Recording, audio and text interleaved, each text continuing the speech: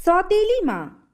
अरे करमजली, अभी तक तूने बर्तन साफ नहीं किए, कब तक करेगी? कर रही हूँ माँ। मुझे माँ मत बुला, तुझे कितनी बार बोला है।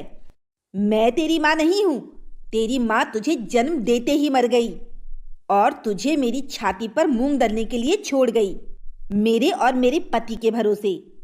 और हाँ, जल्दी बर्तन धोकर खाना बना, समझी? नाकारा कहीं की। ये कहानी आरती की है। आरती की सौतेली माँ थी। आरती की माँ के जाने के बाद गौरव ने दूसरी शादी कर ली थी। आरती हमेशा मीना को अपनी माँ मानती थी, पर मीना आरती को सौतेली बेटी ही मानती थी और उसे बिल्कुल भी प्यार नहीं करती थी।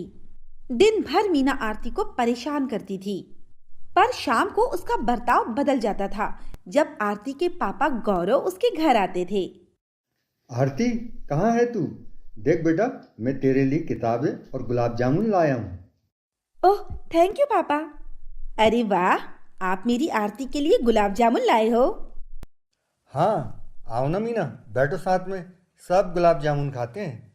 नहीं नहीं, आप लोग खाओ, मुझे घर के सारे काम करने हैं अभी। मीना की चालाकियां गौरव नहीं समझ पाता, पर आरती उसे बचपन से अच्छे से जानती थी, पर वो अपने पापा से कुछ नहीं कहती थी। तभी गौरव ने आरती के सिर पर हाथ रखा और बोला, आरती बेटा, तेरी माँ तेरा ख्याल तो रखती है ना?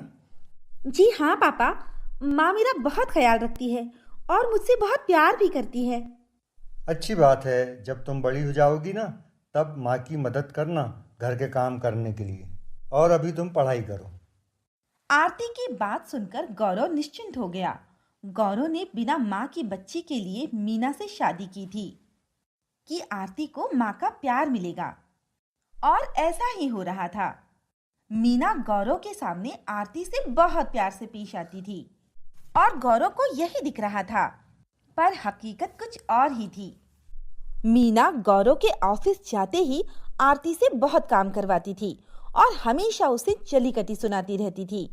और फिर एक दिन आरती अपने पापा से, पापा ये देखिए मेडल, मैं स्कूल में फर्स्ट आई हूँ। मेरी गुड़िया रानी बहुत होशियार है। गौरव को लग रहा था कि मीना आरती की बहुत अच्छी परवरिश कर रही है, पर आरती बहुत समझदार थी। वो घर के काम के साथ साथ पढ़ाई भी करती थी। गुड़िया रानी, तुमने तो मेरा नाम रोशन कर दिया। चलो इसी बात पर कहीं घूमने चलते हैं। अरे आपका ही नहीं, मेरा भी। आखिरकार आरती मेरी बेटी भी तो है। मीना मन ही मन में बहुत जल रही थी। एक कहावत है ना कि भगवान के घर देर है पर अंधेर नहीं, क्योंकि शादी के इतने साल बाद भी उसका कोई बच्चा नहीं था और वो अपने इसी गुस्से को आरती पर निकालती थी। गौरव आरती को मेले में घुमाने ले जाता है। आरती बहुत खुश थी और वो मजे से चाट पकौड़ी खा रही थी। ये देखकर मीना जल भुन जाती है। भगवान, मैंने तेरा क्या बिगाड़ा है? अगर आज मेरी गोद भी भर जाती तो आज मेरा बच्चा भी अपने पापा के साथ घूमता। मीना को आरती से बहुत चिढ़ थी, क्योंकि उसका कोई बच्चा नहीं था और नैना को सारी प्रॉपर्टी मिल जाने वाली थी। एक दिन गौरव एक जरूरी फाइल लेने घर आता है और देखता है कि आरती घर के सारे काम कर रही है। गौरव किचन में देखता है तो बर्तन का ढेर पड़ा था और आरती के हाथ में साबुन लगा हुआ था।